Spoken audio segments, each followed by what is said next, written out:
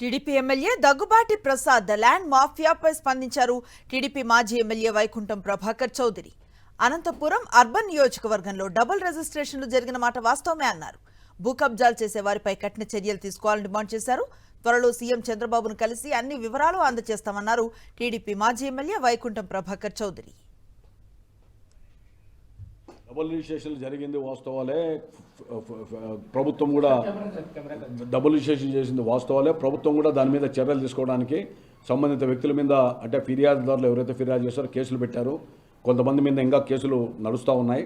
అదేవిధంగా కొంత సామాజిక హితం కోరే వ్యక్తులు కూడా నా దగ్గర వస్తే లీగల్గా ప్రొసీడ్ కానీ అని చెప్పాను. సో కోర్టుకు పోయారు, మన సీజే కూడా మాట్లాడాడు.